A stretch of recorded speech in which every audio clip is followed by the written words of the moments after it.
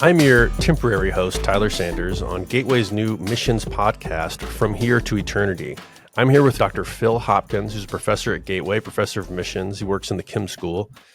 Phil has quite an extensive background. He's a cross-cultural worker in Europe and the Middle East for 20 years. He's taught for us in person since 2023, but before that, he taught online for us for a couple years, teaching church history, all kind of stuff. He's super experienced. He's got a great background. Dr. Hopkins, will you tell us a little bit about yourself? Let's just kick off with how you became a Christian. Well, I'm originally from New England, so New England born and bred. My dad was a Southern Baptist pastor in New England, which you don't find a whole lot of those, right? Sure, so, yeah. He worked for the Home Mission Board, it's called times, not called now, but he's working for the Home Mission Board, planting churches in the New England area. So I made a profession of faith when I was 4. It didn't take until I was 21. So I knew all the truths of Christianity in my head, but it wasn't until I was 3 months before my 21st birthday, so roughly my junior year in college, that is when it became real to me. Between 4 and 21, I believe one of the reasons why the Lord was worked on my heart for so long was because He was calling me to do something that I wasn't too sure about. I didn't want to. I wasn't sure. I was afraid he was going to call me to be a pastor because that's what my dad was. And sure, yeah. Yeah, and I saw a lot of mean things going on in the church as a kid.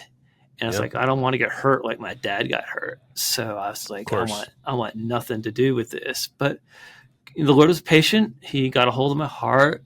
And at 21, I surrendered my life to Christ. And at that point, I knew I was going into vocational ministry.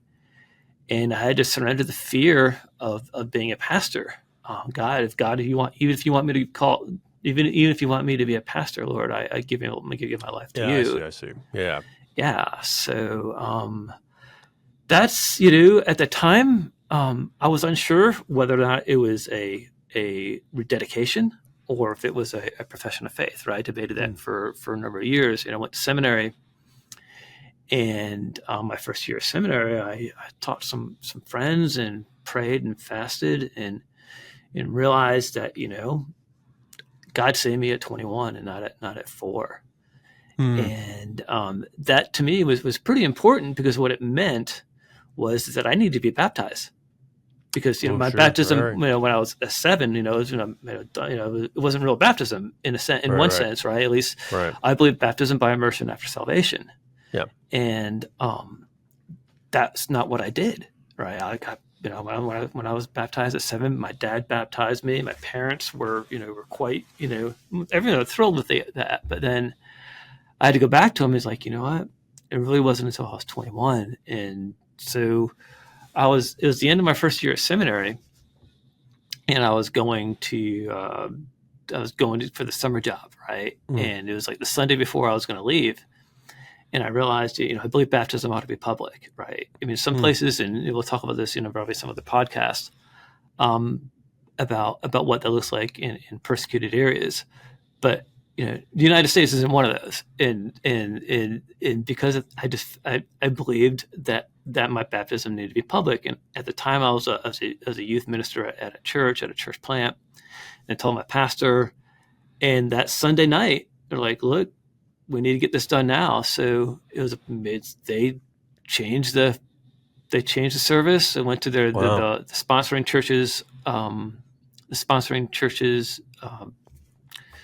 Sunday evening service and ended up getting baptized. That Monday I went away for 3 months to do a summer job. So wow. Yeah. So that's kind of how I ended up, that's how the Lord saved me, and ended up going to seminary. And yeah, because you weren't thinking seminary before that. That wasn't your next step after college. I wasn't sure what my next step was. I knew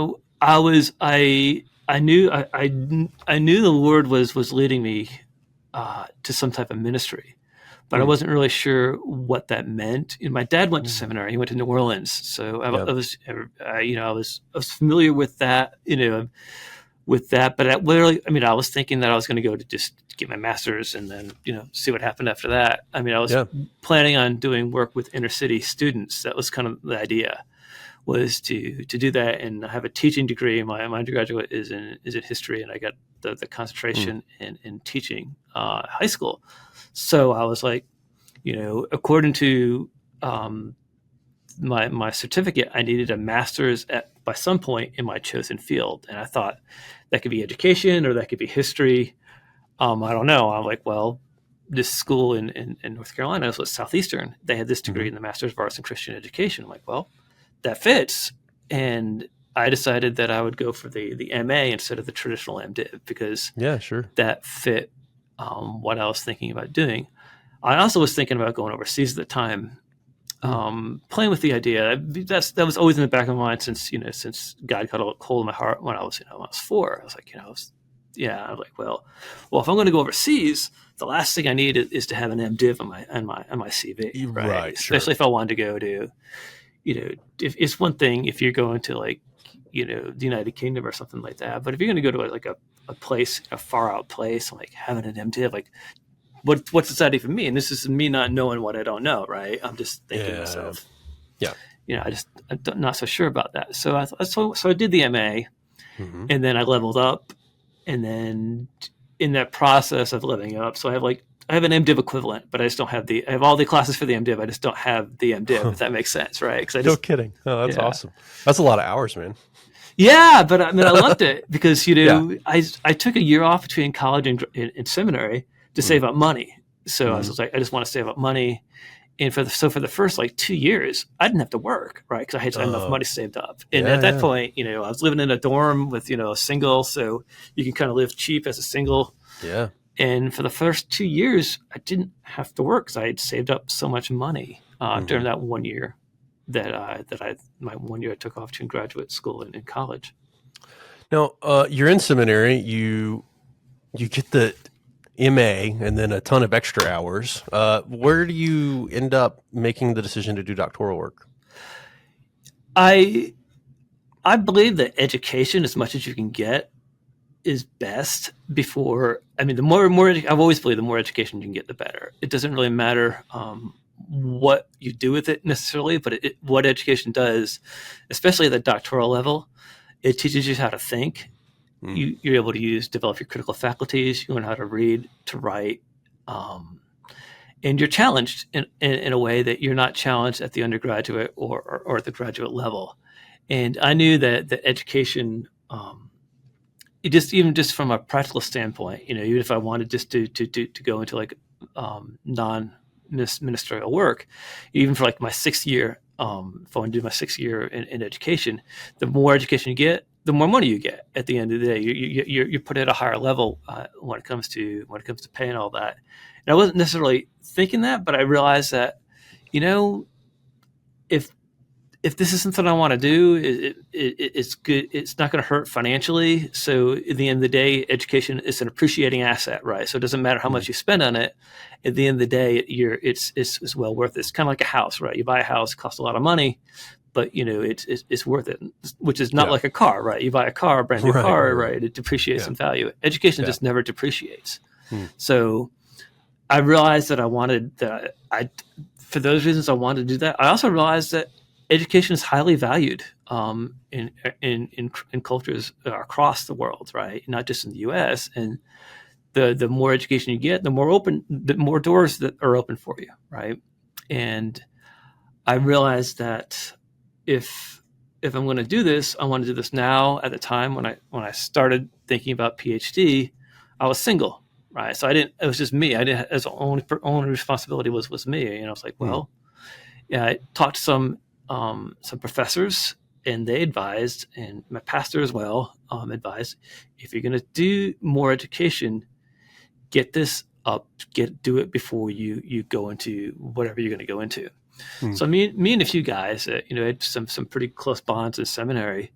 We all decided to apply for the PhD together, and most of us got in, right? Not all of us did, but at the time, I think Southeastern was only allowing 10 to 12 people in a year. They kept it really tight, which I think Yeah. was really, really good because you had the individual attention. Yeah. It's kind of what David's trying to do with the PhD here at Gateway, right?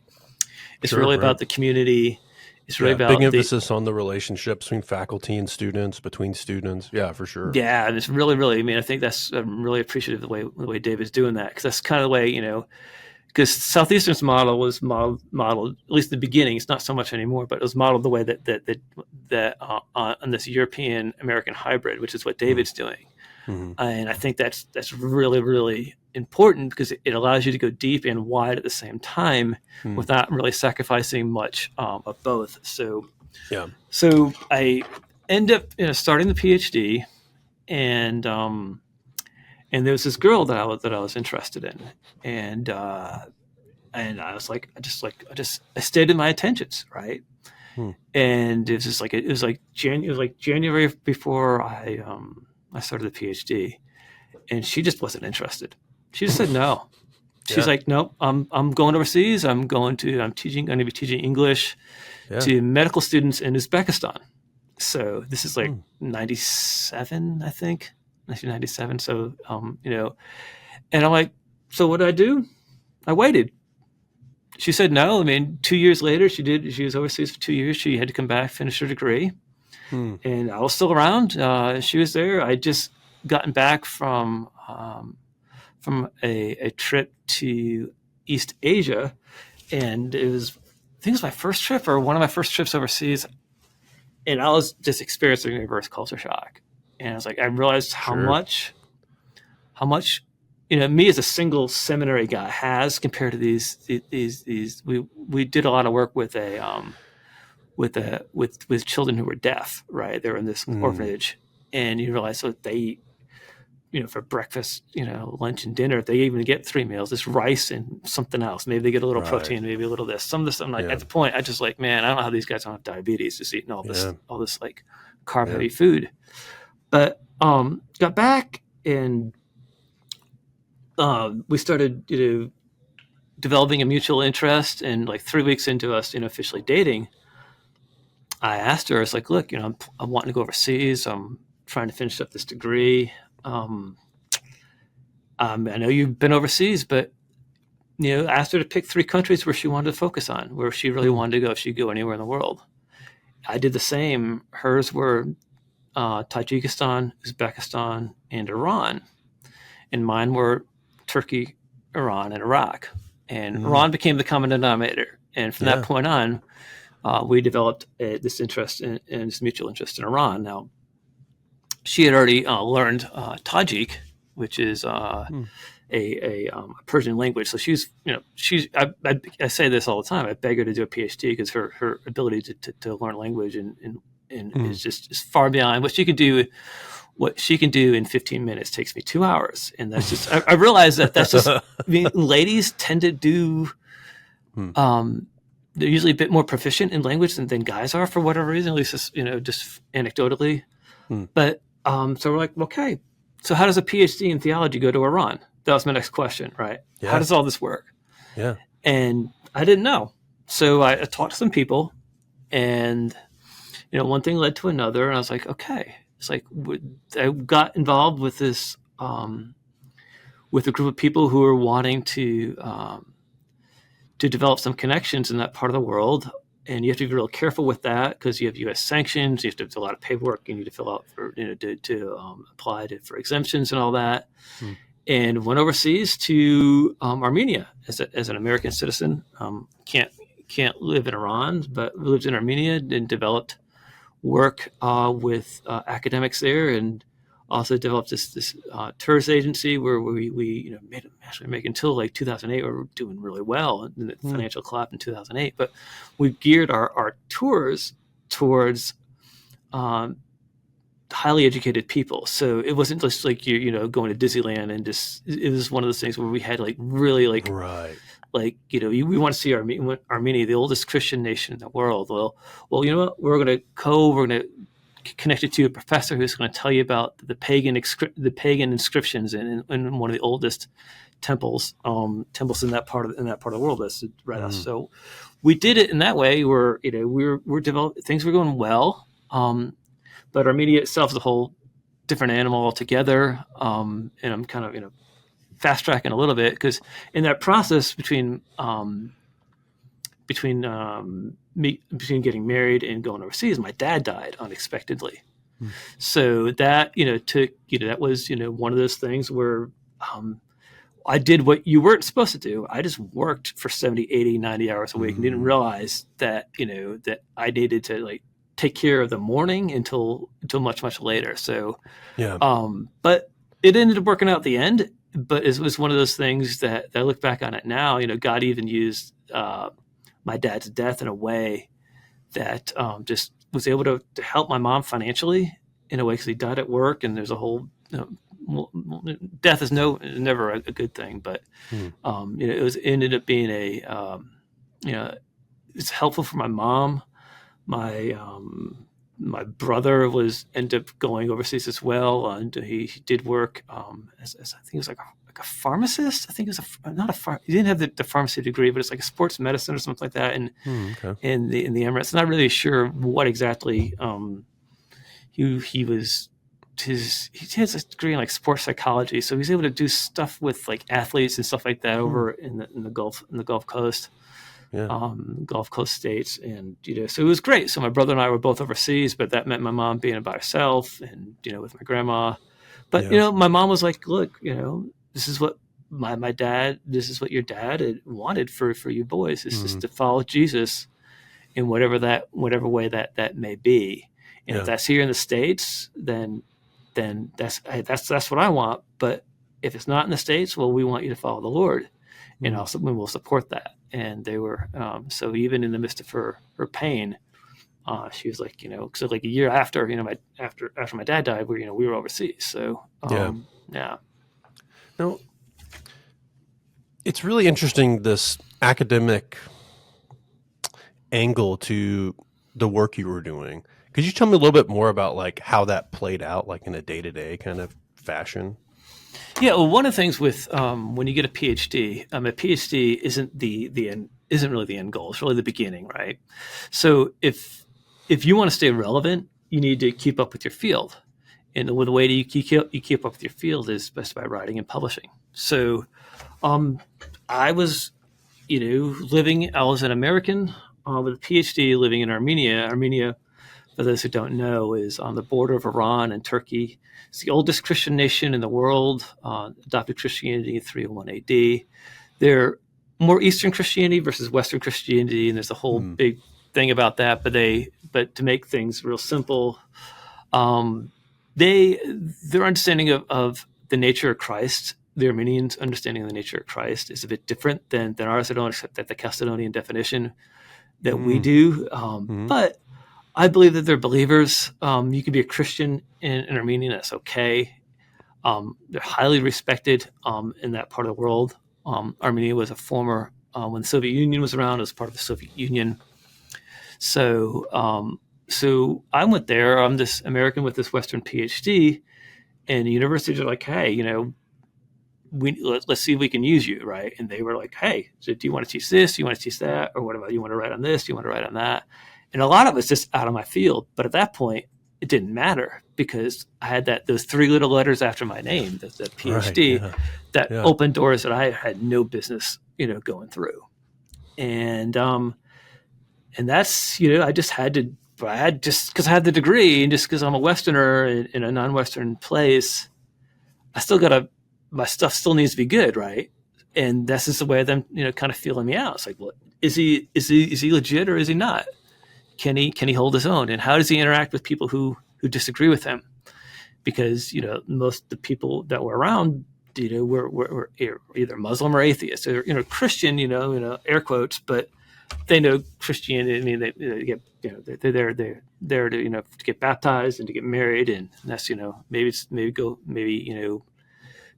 to their fellowships on a holiday or something like that. But they don't, they're similar to the Christians in America in a sense like that. It's Christians with maybe with lowercase c, more tradition than with, having a personal faith in Jesus Christ, Sure, right. Not really so much. I mean, some of them do, but a lot of them not so much.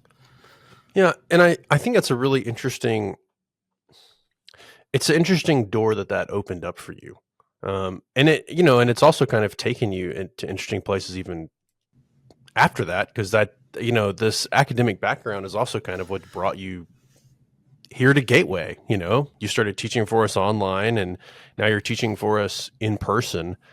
What would you say you're trying to bring to class from this experience you have, overseas? I think a lot of what we do is contextualized to our own environment, and we don't even realize it. So let me give you an example of that.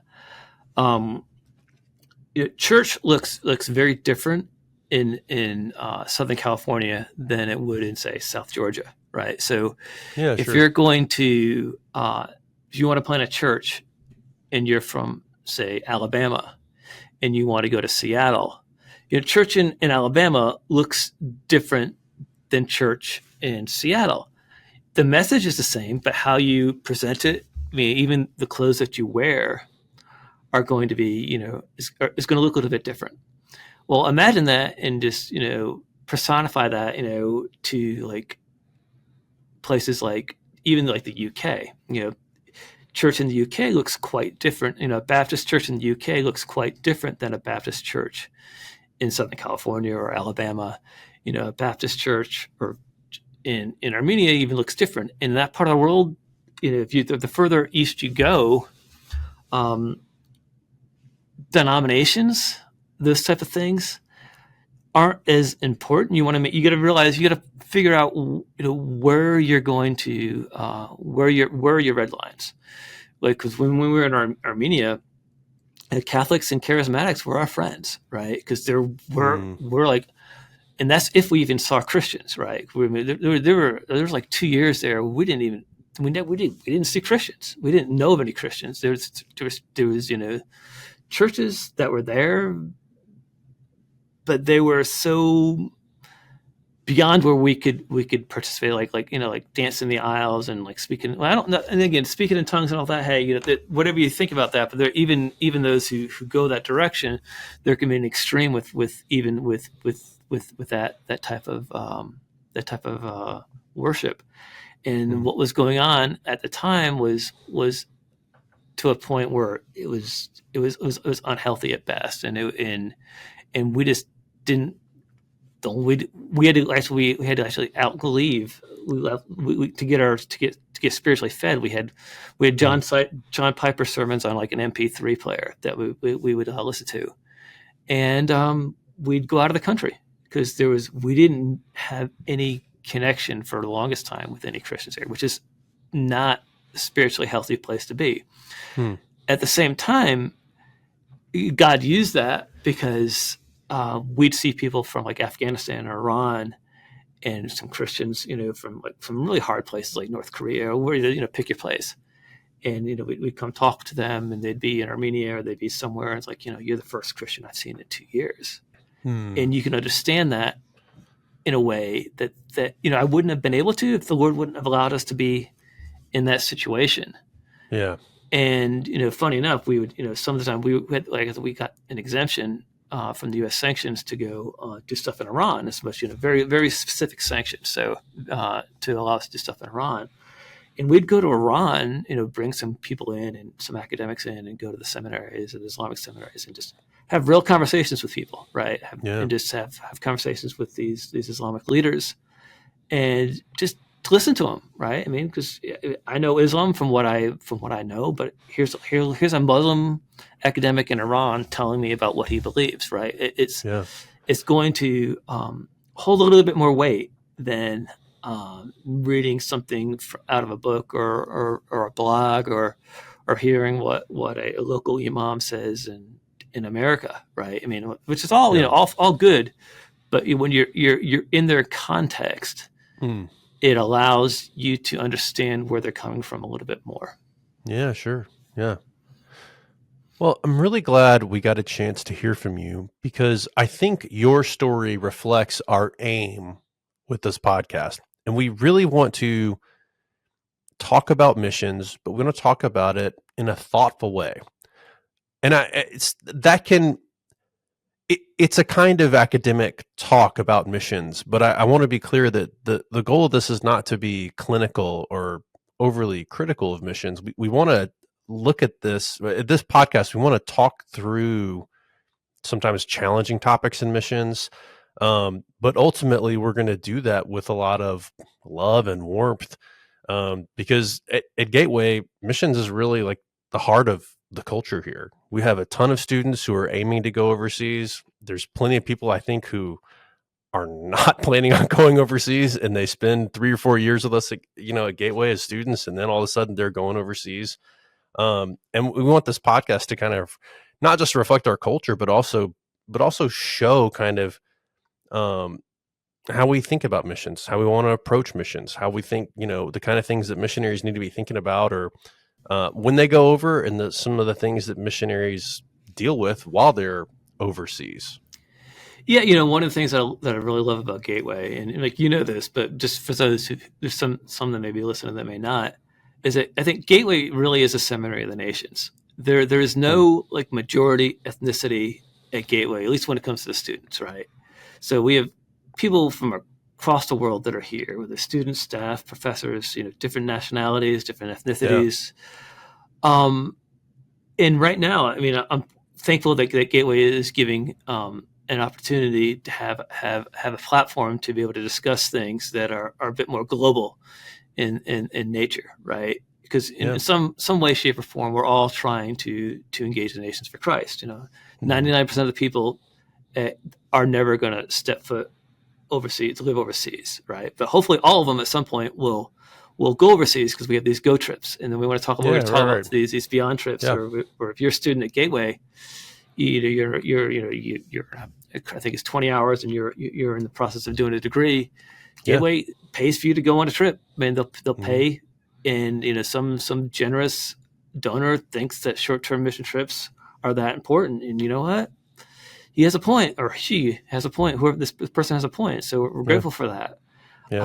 So we're going to talk about go trips. We're going to be talking from pastors, professors, missionaries, third culture kids. What do you do? If you're thinking about going overseas, your kid, right? Your kid's overseas. Like, how do third culture kids interact with society, either overseas, then come back here? So we have a number of different things like that are going to be lined up. Yeah, I'm really excited about this. I think we've needed this for a while, and I'm looking forward. I'm looking forward to the launch of this, and all the topics we're going to cover as we go through this. Well, I appreciate you taking the time. Yeah, thanks a lot, Dr. Hopkins. Yep.